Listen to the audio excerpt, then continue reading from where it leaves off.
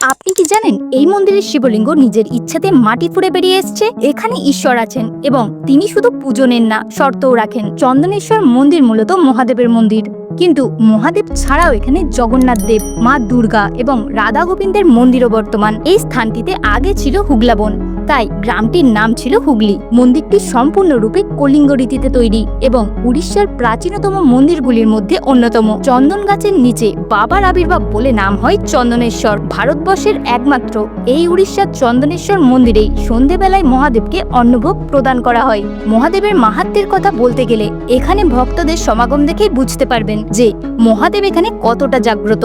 বছরের বিশেষ বিশেষ দিনে এই মন্দিরে এতটাই ভিড় হয় যে পা ফেলারও জায়গা থাকে না। প্রতিদিন এই মন্দিরে অসংখ্য ভক্তের আগমন ঘটে। বাবা চন্দনেশ্বর এখানে 18 ফুট নিচে অধিষ্ঠান করছেন। কিন্তু কেন?